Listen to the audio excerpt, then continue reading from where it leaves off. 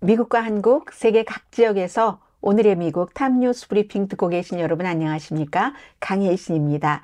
미국 날짜로 일요일은 제가 여러분들께 탑뉴스 브리핑을 해드리고 있는데요. 오늘은 한 가지 사건에서 여러 가지 내용들이 나오고 그리고 그 같은 내용은 우리가 살아가면서 일주일 뒤에 무슨 일이 일어날지를 짐작하지 못하는 것. 그리고 이제 그 일주일 뒤에 완전히 그 사건이 뒤집혀서 반대 방향의 결론이 나오면서 그때 그 일의 중심에 있었던 사람은 또 뭐 어떤 평가를 받을까? 그 사람은 왜 그렇게 결론을 내렸는가? 이런 것들도 좀 보고요. 그리고 또 뭐가 있을까요? 틱톡 금지에 대해서 논란이 굉장히 많습니다. 이제 이 금지안이 의회에서 하원에서 통과됐기 때문에 상원에 가서 어떻게 될지 그리고 역시 내일부터 트럼프 전 대통령의 형사재판, 본격적인 재판이 시작되기 때문에 오늘은 좀 일요일이고 하니까 이 문제가 특히 이제 굉장히 뭐 섹스, 돈 연관된 거잖아요. 당사자인 트럼프 전 대통령의 와이프인 멜라니아 트럼프 입장에서 조금 보겠습니다. 먼제가 아니라 먼저 어제 연방 하원이 일주일 전에 상상할 수 없었던 안을 통과를 시켰습니다. 이게 많은 나라의 운명에 결정적인 영향을 미치고 또 연방 하원 의장도 왜 지금까지 계속 반대해오다 이걸 찬성을 했는가 그 이유가 궁금하신 분들이 계실 겁니다.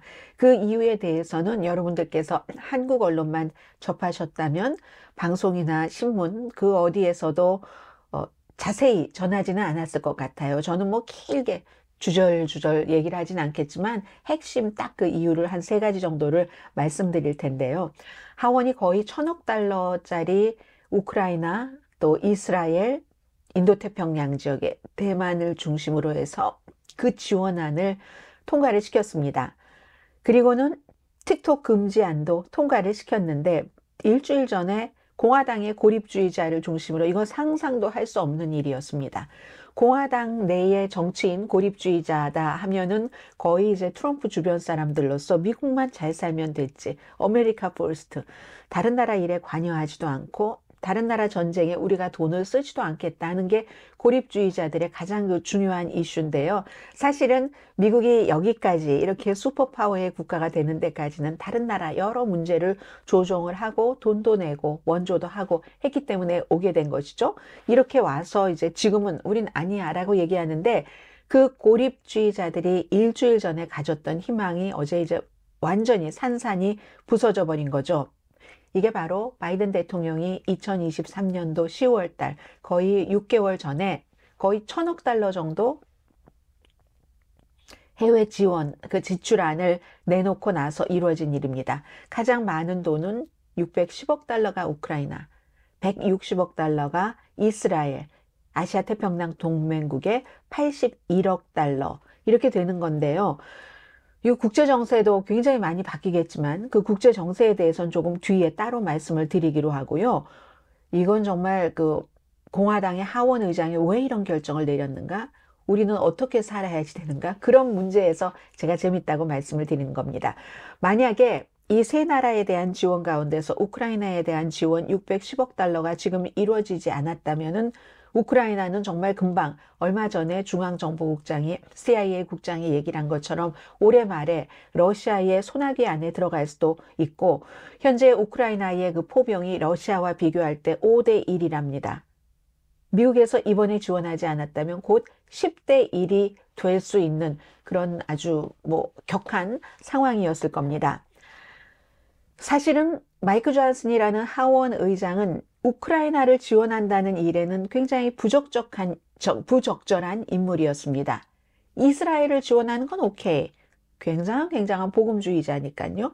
그래서 어쩌면 그 원 오브 더 이유 가운데 하나가 이스라엘 지원안도 끌어내려면 민주당 쪽에서 우크라이나도 지원하는 이게 이제 네 가지 안으로 구분을 했는데 그런 게 맞다라고 생각을 했을지도 모르죠. 뭐 이유의 어떤 부분적으로는 왜냐하면 민주당은 지금 전폭적으로 우크라이나를 지원을 해줘야지 된다고 하고 이스라엘에 대해서는 민주당 내부에서는 찬반이 엇갈립니다. 여러분들께서 상상하시는 팔레스타인에 대한 가자지구의 팔레스타인 주민에 대한 이스라엘의 억압 때문에, 군사적인 억압 때문에, 그에 비해서 공화당은 별로 그런 거 신경 쓰지 않습니다. 팔레스타인 주민이 어떻게 되거나 대부분의 공화당을 말씀드리는 겁니다. 전폭적인 이스라엘을 지지해야 된다. 그런데 이 안만 통과시킨다면 민주당이 그걸 승인을 안 해줬을 가능성도 높습니다. 어쨌든 이런 것들이 있는데 기본적으로 왜 존슨이라는 사람이 부적절했는데 하원 의장으로서 이걸 아주 용기 있게 투표에 붙인 거죠. 투표에 붙이고 말고 의제로 상정하고 말고는 하원에서는 하원 의장, 상원에서는 상원 다수당 대표가 합니다. 이 마이크 존슨이라는 사람은 하원 의장이 된 지 몇 개월 되지도 않았고 리더십도 부족하고 우크라이나 지원안에 지금까지 반복적으로 반대표를 던졌던 사람입니다. 그리고 트럼프 전 대통령이 부정선거로 떨어졌다. 이런 것을 전폭적으로 지지하면서 의회에서 바이든을 대통령으로 선언해 주지 않아야지 된다는 것에 연판장을 돌리고 서명을 직접 받으러 다닌 사람입니다. 그 사람이 왜 우크라이나 지원안을 의회에서 투표하도록 붙였는가? 이걸요, 이코노미스트는 처칠이요. 영국의 윈스턴 처칠과 같은 결단이었다라고 얘기를 합니다. 그 용기를 처칠리안 그런 그 순간이었다고 얘기를 하는데 이유는 세 가지 정도로 얘기를 합니다. 이코노미스트는요. 첫 번째, 갱 오브 에잇입니다. 이 사람은 미국에서 어떠한 중대한 사건이 있을 때 갱 오브 몇몇 사람의 그룹 얘기를 많이 하는데 갱 오브 에잇은 양당 지도자 4명과 나머지 4명의 소위원회 의장입니다. 상하 공화민주 지도자 4명이죠. 그리고 상하 정보위원회의 지도자 4명. 여기서 브리핑을 받았는데 그 브리핑이 마이크 존슨을 굉장히 괴롭게 했다는 겁니다. 우크라이나를 도와주지 않으면 큰일 난다는 이런 거고요. 고도의 기밀 정보를 받는 지도자들을 갱 오브 에잇이라고 합니다. 최근 받은 브리핑이 그를 괴롭혔다는 거죠. 그 브리핑을 받고 나서 나는 우리 정보국의 정보를 믿는다. 시진핑과 푸틴과 이란을 악의 축으로 믿고 있다. 이렇게 얘기를 했습니다. 푸틴 악의 축이라는 거예요. 그리고 두 번째, 본인의 하원 의장 임기가 이래저래 짧을 것을 알았다는 겁니다. 왜냐하면 마조리 테일러 그린 같은 사람이 이 하원 의장이 민주당과 힘을 모아서 뭐 예산안 같은 것을 통과시켰다고 하원 의장 자리에서 쫓겨낸다고 하니까 어차피 다른 일로 또 나는 넘어질 수 있다. 그렇게 될 때는 뭐 일이라도 뭔가를 내가 믿고 있었던 갱 오브 에잇으로서 정보를 받았던 거기에 대해서 믿는 바를 행해야지 이런 생각을 했을지도 모릅니다. 어쩌면 마조리 테일러 그린 같은 사람은 특히 우크라이나 지원안에도 강력히 반대하는 이유가 러시아를요, 푸틴이 기독교를 지키기 위해서 싸우고 있다고 얘기를 합니다. 이건 미국에서 많은 이스라엘 사람들을 지지하는 이스라엘 사람들의 그 기독교와 보통 사람들의 기독교는 다른 겁니다. 러시아 정교도 다른 겁니다. 굉장히 정치적으로 썩었어요. 그 러시아 정교도. 그런데도 그냥 뭐 기독교를 푸틴이 지켜. 이런 뜻으로도 마조리 테일러 그린을 포함해서 몇몇 사람이 마이크 존슨을 하원 의장 자리에서 내려놓는다고 하니까 이래 주구나 저래 주구나 나는 죽는데 그때 내가 이걸 하나를 해주면 민주당이 나를 살려줄지도 모르지 이런 마음이 있었을지 who knows. 세 번째, 트럼프를 만난 뒤에 우크라이나에 대한 지원안을 투표에 붙이겠다고 결정했습니다. 그리고 만났을 때 트럼프 전 대통령은 우크라이나가 무너지면 유럽에 더 큰 해가 되겠지. 그러므로 유럽이 돈을 많이 내야지 된다. 그러나 우크라이나가 무너지면 미국의 생존에도 중요하다. 이렇게 얘기를 했습니다. 윤호를 받았다는 얘기죠. 이런 세 가지 때문에 처칠적인 결단의 순간을 마이크 존슨 하원 의장이 이제 내렸다는 거죠. 본인의 이제 레가시를 방어하는 그런 것이라고도 할 수 있죠. 그래서 그리고 또 하나 일반인들은 어떻게 생각했냐면 다음 대통령이 만약에 트럼프가 되고 나면은 그럼 우크라이나를 어떤 식으로든 지금은 약간 그 중도 표를 의지하면서 미국에도 중요하다 이런 쪽으로 트럼프도 바뀌었지만 트럼프가 승리하면 우크라이나를 패배를 인정하도록 하거나 영토를 지금보다 더 많이 러시아에 주고 나서 협상을 하게 된다. 이걸 굉장히 걱정을 했습니다. 그런데 이번에 만약에 이 의회의 행동이 없었으면 그런 일이 바이든 대통령 때도 일어났을 가능성도 높습니다. CIA 국장이 얘기를 한 것처럼요. 그래서 이 존슨이라는 사람이 마이크 존슨이 뭐라고 얘기를 했냐면 내가 굉장히 이기적인 결정을 내릴 수도 있었다. 그러나 나는 내가 믿는 결정을 내렸다. 갱 오브 에이스로서. 다른 의원들은 접하지 못하는 그 심층 부분까지 정보를 접하고 나서 역사는 우리가 한 일로 우리를 판단한다. 본인의 레가시를 이제 그렇게 정했다는 거고요. 그래서 이제 이 세 가지 안과 틱톡 금지안은 그 화요일에 상원으로 보내주고 상원은 뭐 벌써 이것을 이번에는 각각 했지만 다 합친 안을 2달 전에 뭐 초당적으로 지지를 했었기 때문에 이게 이제 바이든 대통령의 책상에 가면은 바로 법이 되고 우크라이나는 금방 지원을 받을 수가 있게 됩니다. 이게 이제 일주일 전에 상상하지 못했던 일들이 현실로 됐다 하는 것이고요. 그러면 지금부터 우크라이나는 어떻게 되는가? 미국이 610억 달러나 되는 거대한 돈을 이스라엘에 160억 달러를 지원할 때 준다는 거잖아요. 그러면 어떻게 될까요? 이 점에 대해서 우선 클렘린 대변인이 신랄하게 비판을 했습니다. 미국의 군수 산업을 더 부유하게 만들고 That's right. 우크라이나를 더욱 망치고 그럴까요? 더 많은 우크라이나 사람들이 죽게 될 것이다. 러시아는 끝까지 하겠다는 거잖아요. 그런데 우크라이나는 610억 달러 미국으로부터의 원조는 우리에게 힘을 준다. 계속 싸울 수 있는 용기, 결의를 준다. 전선의 상황은 곧 우크라이나 우리에게 유리하게 바뀔 것이다. 그렇게 확신한다고 얘기를 합니다.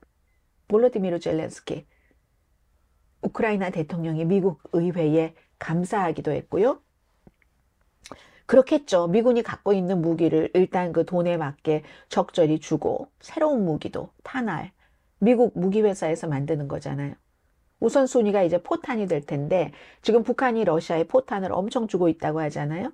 이미 3스타 장군이 무기 딜리버리하는 그 잡에 딱 책정이 됐답니다. 그리고 국방부는 2주일 안에 포탄을 보내는데 이때 이제 610억 달러 관련된 거니까 1년 이상 쓸 수 있는 그 정도 양의 포탄을 보낼 수 있답니다. 물론 이게 이제 대대적인 러시아 공격을 막기에는 부족하긴 하죠. 그리고 이 부분뿐만이 아니라 우크라이나에 지금 또 중요한 다른 문제가 있죠. 제일 중요한 게 대공 방어 요격 미사일이잖아요.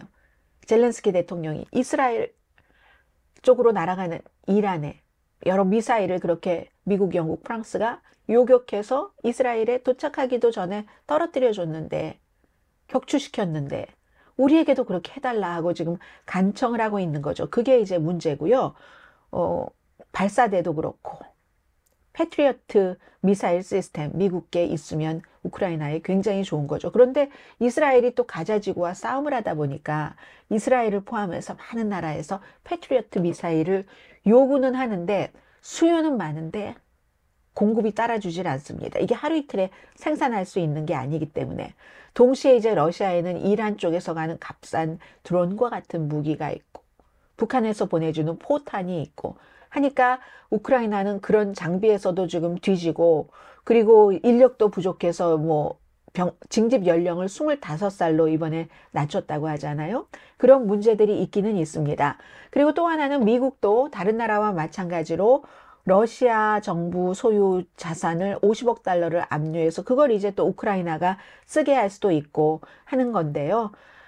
어쨌든 많은 사람들이 이제 걱정을 했었던 이런 상태로 의회가 아무것도 하지 않고 트럼프 전 대통령이 대통령이 돼서 참 우크라이나 사람들 고생하게 생겼네. 러시아 쪽으로 다 넘어가게 되고 괜히 전쟁하느라고 고생을 많이 했네.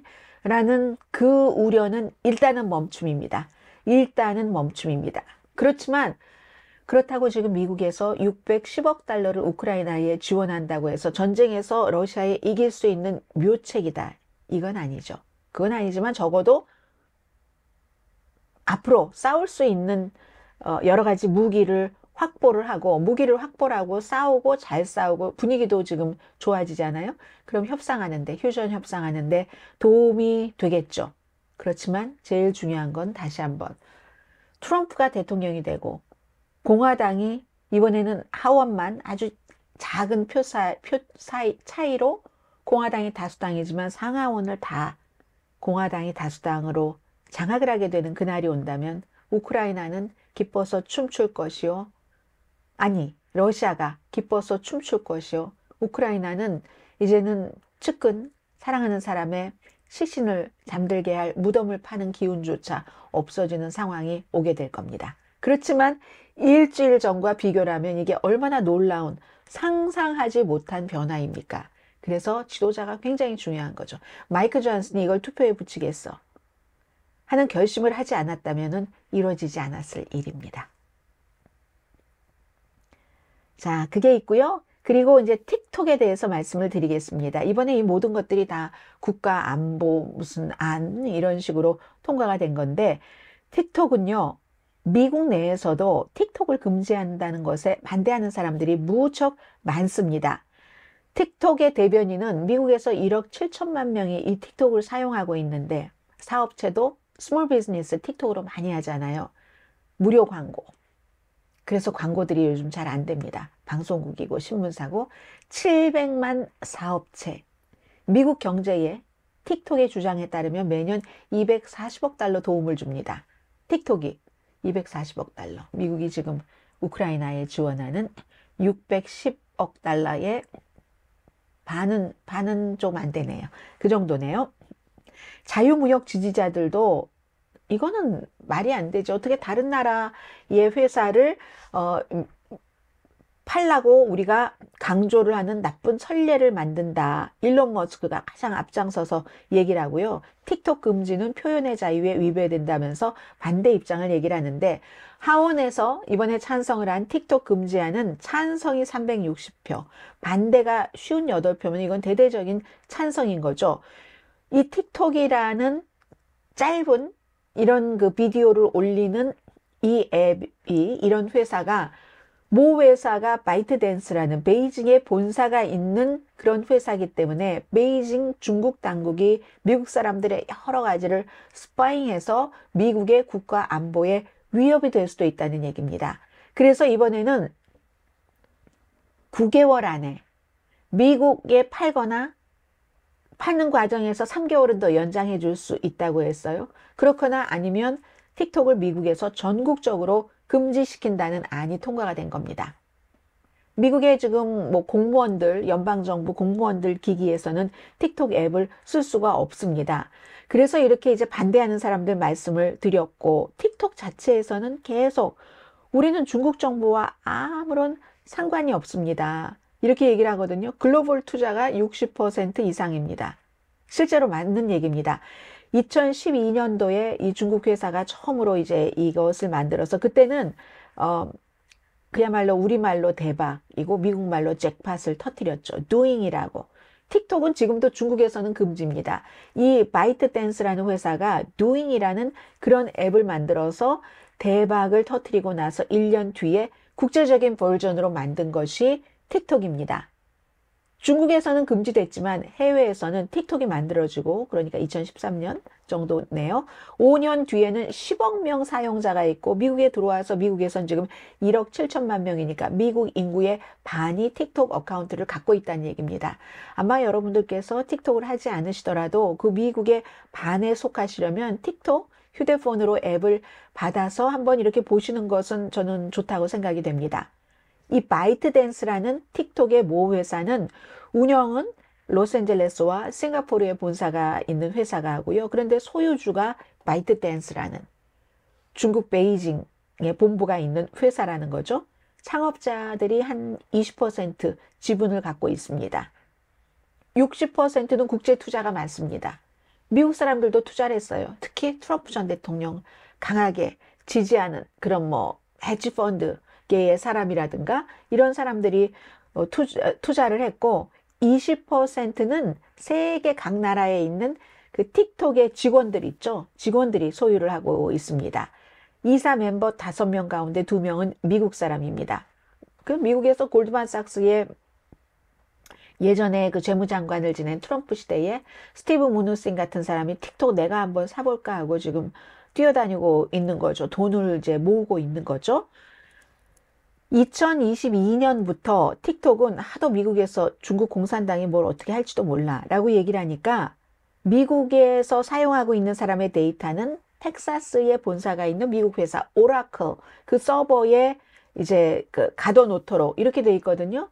그렇게는 됐지만 언제든지 회사 자체가 중국 회사이기 때문에 중국 공산당이 필요하면 아주 막 무슨 정보를 많이 갖고 있는 사람의 틱톡 어카운트라든가 이런 거 다 들여다볼 수 있다는 얘기고 그래서 위험하다는 거죠. 미국의 보안, 안보, 정보 관계자들은 물론 미국 회사들도 다 이런 데이터를 가지고 있지만 그 미국 회사고 미국 회사와 미국의 라이벌이면서 때로는 적이 될 수도 있는 중국과는 다르다는 얘기를 하고 있습니다. 그리고 또 하나는 앞으로도 계속 중국이 선전선동을 목적으로 틱톡을 활용할 수 있다는 거죠. 젊은 사람들이 틱톡을 통해서 뉴스 같진 않지만 그 뉴스를 접하고 그 뉴스는 지금까지는 굉장히 중국의 친화적이고 미국의 적대적인 내용이 많았으니까 알고리즘을 그렇게 형성을 많이 해서요. 그래서 이제 이것은 3월 달에도 그 하원에서는 통과를 시켰던 법안입니다. 6개월 안에 8월화 했잖아요. 이번에는 9개월로 조금 기간 늘려준 겁니다. 그리고 또 3년이니까 결국은 1년이네요. 상원에서는 하원에서 통과됐던 게 펜딩 됐었던 상태거든요. 아마 다음 주에 투표할 것으로 예상되고 통과가 될 것으로 보이고 그럼 바이든 대통령은 서명을 한다고 얘기를 했습니다. 그런데 그럼 이렇게 돼서 다음 주에 이런 일이 일어나면 상원, 하원, 바이든 대통령의 서명을 통해서 틱톡이 미국 사람들 손에서 사라지는가? 그렇지 않죠. 미국이 어떤 나라입니까? 법치주의입니다. 아마 법원에서 싸우겠죠. 기본적으로 이 틱톡 회사가 소송을 할 것이고 다 표현의 자유를 들고 나오겠죠. 그리고 이 틱톡 회사뿐만이 아니라 이 틱톡을 사용하는 사용자들도 스몰 비즈니스를 하시는 분들도 일반 사용자도 엄청나게 지금 소송을 할 수 있고요. 그리고 이제 틱톡이 얼마 전에도 사용자들에게 이거 우리를 이렇게 하려고 한다. 의회에서 각 그 지역의 정치인들에게 연락해서 틱톡 없애지 말라고 해달라. 뭐 이런 캠페인 했잖아요. 그리고 나서 의회에서 엄청나게 비난을 또 의회 의원들을 격분하게 만들기는 했는데 끝이 아니라는 얘기입니다. 일단 1년의 기간이 있고 그리고 그 기간이 끝난다 할지라도 뭔가 소송을 통해서 계속 이어지니까 저는 그 사이에 틱톡은 지금은 미국 인구 1억 7천만 명이라고 하지만 그때가 되면은 2억만 명 훨씬 넘게 되지 않을까. 시간이 지나가면 지나갈수록 틱톡에게 유리하다. 사용자가 많아지면 많아질수록 그건 우리가 이제 상상을 할 수 있는 일이죠. 힐러리 클린턴 전 국무장관이 한마디 했네요.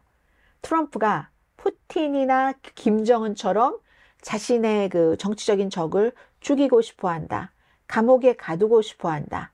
이런 얘기를 했고 바이든 대통령에 대해서는 민주주의를 지키는 아주 좋은 사람 그러나 나이가 좀 많은 건 사실이지 이런 얘기를 했습니다. 바이든에게 투표하라고 강조하면서도 바이든의 나이가 너무 많다 하는 아주 가장 아픈 그 현실을 이 힐러리 클린턴도 부정할 수 없는 거죠. 디펜딩 영어하다 한국말 하면요 F가 P가 되고 P가 F가 되고 막 그렇습니다. 디펜딩 데모크라시라는 그런 그 사이트에서 그 팟캐스트예요. 이제 인터뷰를 하는데 트럼프 전 대통령은 자신의 라이벌들을 죽이고 싶어하고 감옥에 가두고 싶어하고 독재자 김정은 푸틴과 같은 독재자가 될 것이야. 이 힐러리 클린턴은 본인은 그렇게 믿고 있답니다. 그리고 트럼프도 늙었어. 바이든만 올드한 게 아니야. 이런 얘기도 했고요. 또 트럼프는 언론인과 다른 사람들도 뭐 가두고 추방하고 하는 것을 할 수 있다는 겁니다. 견제라든가 균형 같은 거 전혀 없이, 이건 수없이 말씀드렸죠. 임기 1기에는 그나마 트럼프도 처음으로 정치라는 걸 해보니까 주변 눈치도 조금 보고, 사람들도 그 트럼프 행정부에 들어갔었을 때 트럼프가 좀 부족하긴 하지만 나는 나라를 너무 사랑하니까 내가 잘 대통령을 모셔야지 하는 마음으로 들어갔고, 이러한 것들 때문에 트럼프가 원하는 대로 다 못했습니다. 이번에 재선되면 들어갈 때부터 본인의 말을 잘 듣는 아주 충성하는 사람들만 데리고 갈 것이고, 그리고 사람들도 그런 사람들만 들어갈 겁니다. 말하자면 예스맨. 그러니까 독재자가 된다는 거죠. 견제나 균형 없이 통치를 할 것이다. 그리고 트럼프가 왜 푸틴에 열광하는가? 뭐 여러 가지 이유가 있고 알려지지 않은 이유도 있겠지만, 무엇보다도 푸틴이 하고 있는 일을 트럼프가 하고 싶어 하는 거다. 정치적인 적, 야당, 가두고 독살하고, 독살해서 실패해도 눈 하나 깜빡하지 않고, 그럼 또 다른 방법으로 죽이기도 하고 또다시 독살 시도도 하고 하는 그런 것을, 그래서 완전히 완벽한 권자에 있는 것을 좋아한다는 거죠. 거기에 열광한다는 얘기를 하고 있습니다. 그에 비해서 바이든 대통령은 민주주의를 유지하고 싶어하는, 뭐 이건 맞는 것 같고요. 나이에도 불구하고 유능하고 효과적으로 한 일도 많아요. 사실은 국제적으로, 국내적으로. 또 저 컴패션이 있는, 연민의 정이 있는 그런 사람. 그에 비해서 도널드 트럼프도 나이 많아, 올드했어. 더군다나 뭐 거의 100가지 혐의로 기소가 됐잖아. 이런 얘기를 합니다. 그리고 이 같은 힐러리 클린턴의 발표에 대해서 트럼프 전 대통령 캠페인 대변인은 딱 이런 때는 이제 워싱턴 이그제미너를 택하죠. 워싱턴 포스트가 아니라요. 워싱턴 이그제미너는 수준은 좀 낮고 굉장히 친트럼프적이고 하는, 수준이 낮다고 해서 죄송합니다. 근데 뭐 워싱턴 이그제미너가 수준이 워싱턴 포스트에 비해서 비교할 수 없을 정도로 수준이 낮은 건 사실이고요. 이 인터뷰에서 트럼프의 캠페인 대변인은 힐러리 클린턴이 망상에 빠졌네. 이 트럼프에게 졌기 때문에 워낙에 트럼프를 싫어하는 그런 마음도 있고, 완전히 트럼프에 대한 어떤 증후군 같은 것을 앓고 있다. 지금도 2016년도에 트럼프에게 본인이 졌다는 사실을 받아들이지 못하는 것 같다. 이렇게 평했습니다. 자, 내일부터 이제 본격적으로 트럼프 전 대통령이 스토미 데니엘스라는 포르노 배우와 자고 그 입을 막기 위해서 13만 달러를 주고, 그걸 이제 사업적으로도 위반했고 선거자금법도 위반했다 해서 형사재판이 시작이 되는데, 이 트럼프 전 대통령의 최대의 적은 트럼프다라는 얘기를 우리가 많이 하는데, 금요일에도 이제 트럼프 전 대통령이 그런 모습을 또 보여줬다고 하더군요. 거의 아마 트럼프 전 대통령은 기자들이 볼 때는 이게 끝났다고 생각을 하는 것 같았다는 겁니다. 해서 배심원 선정하고, 배심원 지금 다 선정을 했잖아요. 그 과정에서 트럼프가 이제 벌떡 일어나니까 이 판사가 트럼프 전 대통령에게 앉아주시겠어요? Sir 하면서 Can you please have a seat?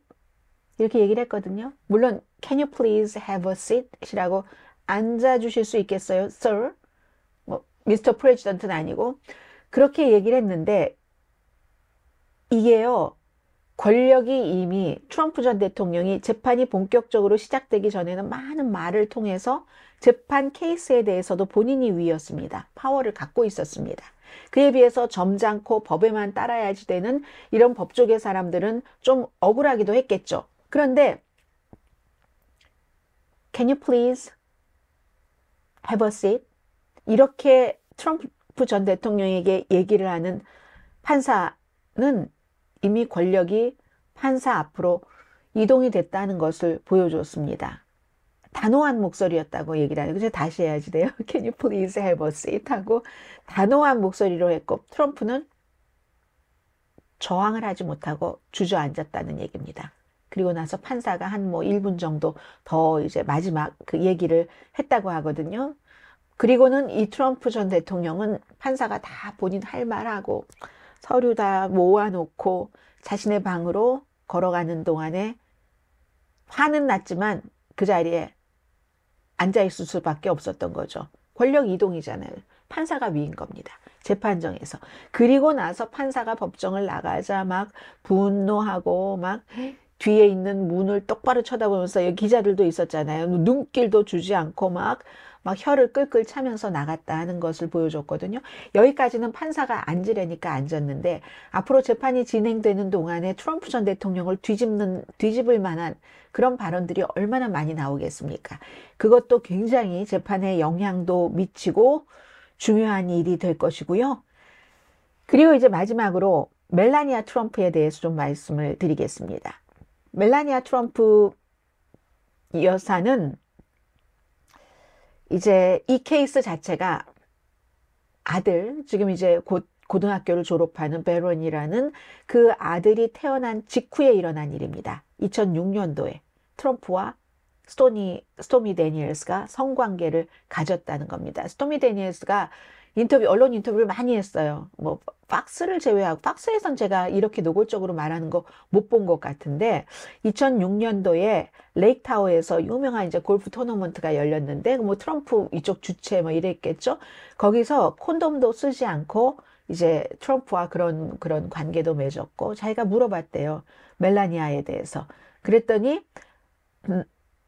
멜라니아 말이야. 걱정하지 마, 걱정해. 우린 말이야, 심지어 뭐 하고 이제 뭐라고 얘기를 하고, 그리고 방도 우리는 다 따로 쓰고 물건도 다 우리는 따로 쓴다고 이렇게 얘기했다. 뭐 이런 지금 법정 증언 같은 것들이 이제 이번에 더 디테일하게 나오겠죠.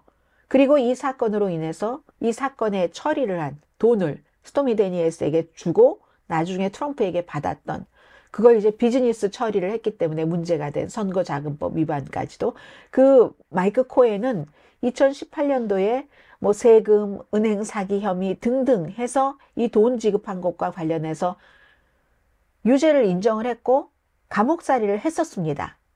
아무튼 그리고 이 멜라니아 트럼프는 그 사건에 대해서 힐러리 클린턴이 한 것에 동의하지 않았습니다. 힐러리 클린턴은 모니카 루인스키와 남편의 여러 가지 뭐가 묻은 뭐 정액이 묻은 푸른색 드레스, 예전에 그런 얘기 있었잖아요. 그런 사건이 나와도 Stand by your man, 남편 옆에 섰죠. 그때 많은 사람들은 남편이 대통령 떠나면 이혼할 거야, 안 했고, 힐러리 클린턴이 야심이 있어서 그래, 자기가 뭔가가 하려고, 자기가 뭔가가 되려고 이렇게 했는데 그 부분은 지금까지 아무튼 살아오고 있잖아요. 나는 Stand by your man 하고 싶지 않다, 멜라니아는. 이렇게 얘기하고 뭐 해외 순방 가고 뭐 이런 일이 있었잖아요.